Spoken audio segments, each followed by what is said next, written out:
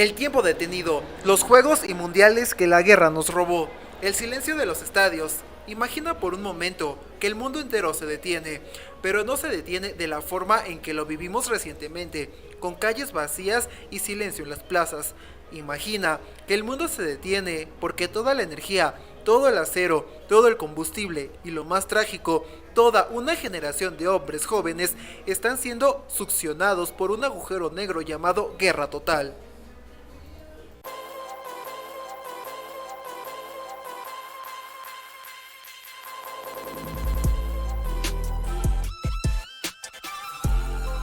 En el deporte solemos hablar de récords, de hazañas heroicas y de momentos que quedan grabados en la eternidad, pero hay una década, la de los años 40, que es un inmenso agujero en los libros de historia. Es la década de los fantasmas, atletas que estaban en la cima de su carrera y que, en lugar de recibir una medalla de oro, recibieron un fusil y una orden de marcha. Estadios que, en lugar de albergar finales épicas, se convirtieron en depósitos de municiones o refugios antiaéreos. Hoy vamos a recorrer la historia de lo que no fue. Vamos a hablar de los Juegos Olímpicos de 1940 y 1944 y de los Mundiales de Fútbol de 1942 y 1946.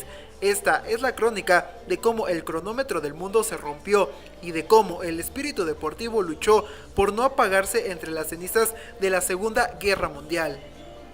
1940, el sueño frustrado de Tokio y el sacrificio de Helsinki. Nuestra historia comienza con una ironía amarga. En 1936, mientras el mundo observaba con una mezcla de asombro y temor los Juegos de Berlín organizados por el régimen nazi, el Comité Olímpico Internacional tomó una decisión que buscaba la paz: otorgar los Juegos de 1940 a Tokio.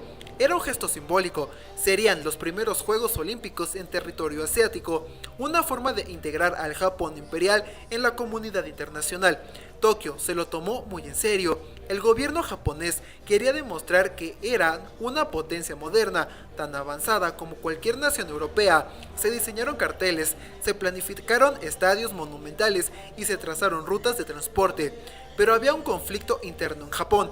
Mientras los organizadores soñaban con una llama olímpica, el ala militarista del país soñaba con la expansión territorial. En 1937, Japón invadió China, iniciando la Segunda Guerra Sino-Japonesa. La contradicción era insostenible. ¿Cómo puedes invitar al mundo a una celebración de paz mientras tus tanques avanzan sobre ciudades vecinas? El ejército japonés, que para entonces ya controlaba casi todas las decisiones del estado, veía los juegos como una pérdida de tiempo y recursos. El hierro necesario para los estadios se destinó a la fabricación de cañones. El dinero para la Villa Olímpica se usó para la logística militar. Finalmente, en julio de 1938, bajo una presión asfixiante de sus propios militares, Japón renunció a la sede. El Comité Olímpico Internacional, en un intento desesperado por salvar los Juegos, llamó a la puerta de la ciudad que había quedado segunda en la votación, Helsinki, en Finlandia. Los finlandeses aceptaron el reto con un entusiasmo conmovedor. En apenas un año terminaron el Estadio Olímpico de Helsinki, una joya del funcionamiento que aún hoy es un icono de la ciudad. Todo estaba listo, los atletas entrenaban pensando que, a pesar de los eventos de la guerra en Europa, el deporte prevalecería. Pero el 30 de noviembre de 1939, la Unión Soviética invadió Finlandia.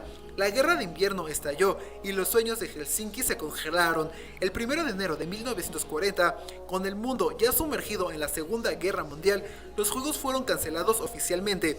Los atletas finlandeses, en lugar de correr en la pista que ellos mismos habían construido, tuvieron que esquiar por los bosques para defender su frontera. 1940 se convirtió en el primer gran vacío del siglo XX. El misterio de 1942, el mundial que nadie quiso ceder. Mientras el olimpismo sufría, el fútbol también entraba en una zona de turbulencia. Tras el éxito del Mundial de Francia en el 38, la FIFA debía elegir la sede para 1942, pero el ambiente estaba enardecido. Había dos candidatos principales, Alemania y Brasil. El régimen nazi quería el mundial para completar su trilogía de propaganda tras Berlín en 1936 y lo que esperaban que fuera una victoria militar rápida. Por otro lado, Brasil argumentaba que, tras dos mundiales consecutivos en Europa, en 1934 y 1938, el torneo debía cruzar el Atlántico. El presidente de la FIFA, Jules Rimet se encontraba en una posición imposible. Intentó retrasar la decisión, esperando que la tensión política disminuyera, pero la invasión de Polonia en el 39 lo cambió todo. El fútbol internacional se detuvo en seco, no hubo congresos, no hubo votaciones, y oficialmente el Mundial de 1942 fue borrado del calendario. Sin embargo, 1942 dejó una de las historias más fascinantes y casi irreales de este periodo. Con la Copa del Mundo en un limbo legal, surgió la figura de Ottorino Barassi, el vicepresidente italiano de la FIFA. Italia era el campeón vigente tras ganar en 1938. Barassi, temiendo que los nazis o aliados confiscaran el trofeo, que en ese entonces era de oro macizo, lo sacó secretamente de una caja de seguridad en un banco de Roma. ¿Qué hizo con él?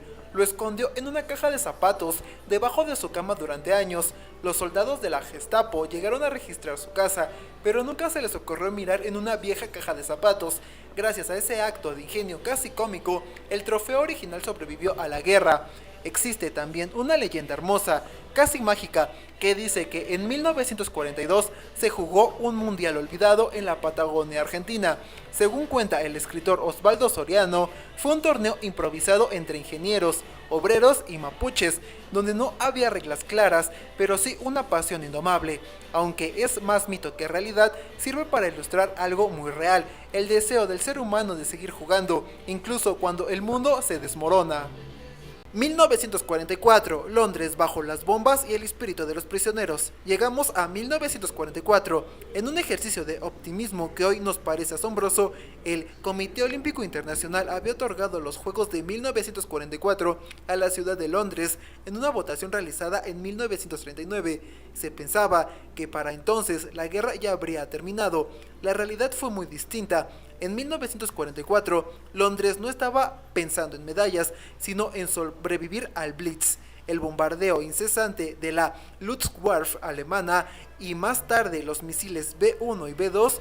Los Juegos de Londres en 1944 fueron cancelados oficialmente, pero el espíritu olímpico hizo algo extraordinario. Se mudó a los campos de concentración y de prisioneros de guerra.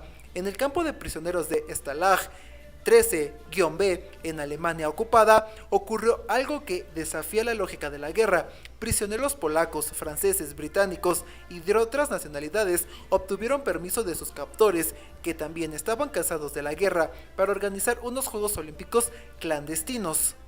Usaron sábanas viejas para fabricar una bandera olímpica y dibujaron 5 anillos con trozos de carbón y lápices de colores.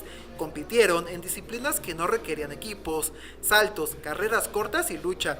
Para esos hombres ganar no se trataba de un récord, se trataba de recordar que seguían siendo seres humanos, no solo números en un uniforme de prisionero. Estos fueron los verdaderos Juegos Olímpicos de 1944, una pequeña llama de dignidad en medio del horror. Mientras tanto, en la neutral Suiza, el Comité Olímpico Internacional celebró su 50 aniversario con una pequeña ceremonia en Lausana. Era un gesto de resistencia institucional, una forma de decir, seguimos aquí y cuando el humo se disperse, volveremos. 1946, las ruinas y el renacimiento en Brasil. Cuando la guerra terminó finalmente en el 45, el panorama era desolador. Europa era un cementerio de edificios y esperanzas. Muchos de los mejores atletas del mundo habían muerto en el frente o en los campos de exterminio. En 1946, la FIFA volvió a reunirse. La pregunta era obvia: ¿podemos jugar el Mundial este año? La respuesta fue un rotundo no. No había estadios en pie en la mayor parte de Europa, no había dinero y, lo más importante, no había un sistema de transporte internacional capaz de mover selecciones de un continente a otro de forma segura. Además, las heridas estaban demasiado frescas.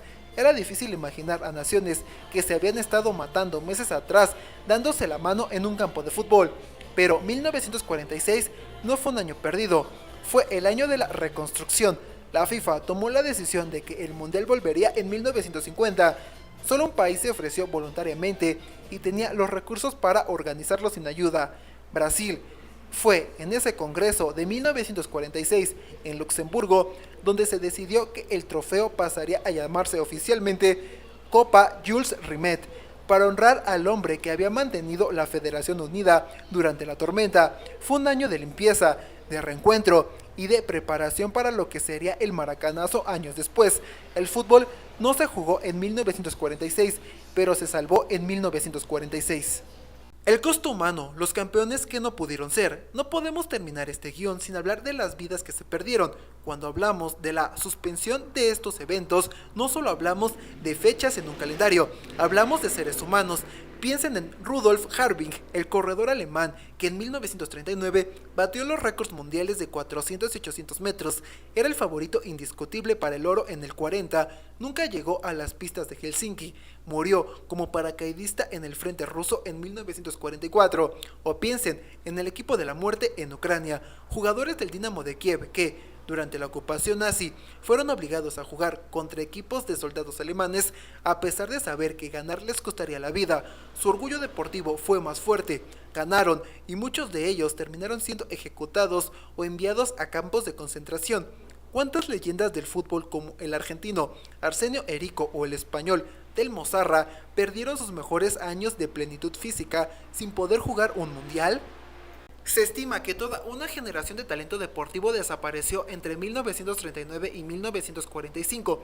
Los Juegos de Londres en el 48, conocidos como los Juegos de la Austeridad, fueron un evento agridulce. Los atletas dormían en barracones militares y la comida estaba racionada, pero por primera vez en 12 años, el mundo volvía a competir con cronómetros y no con ametralladoras. El valor de la paz. La historia de los Juegos y Mundiales suspendidos es una lección de humildad. Nos recuerda que el deporte, aunque lo vivamos con una pasión que a veces parece de vida o muerte, es en realidad un lujo. Es el postre de la civilización. Para que podamos discutir sobre un fuera de juego o celebrar un récord mundial, primero tiene que haber paz, respeto y estabilidad.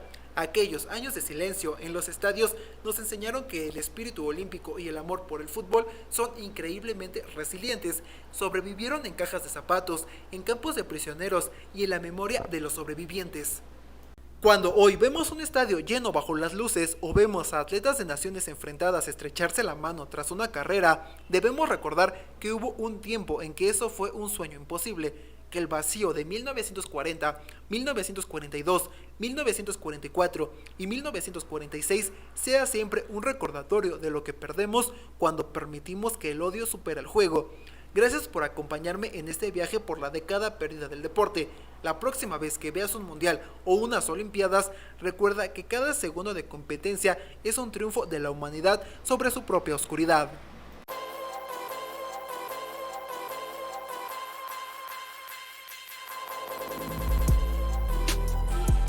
Gracias por haber visto el video. Síguenos en todas nuestras redes sociales. Si te ha gustado esta anécdota, dale like, suscríbete y comparte con tus amigos para recordar los momentos más emocionantes del deporte.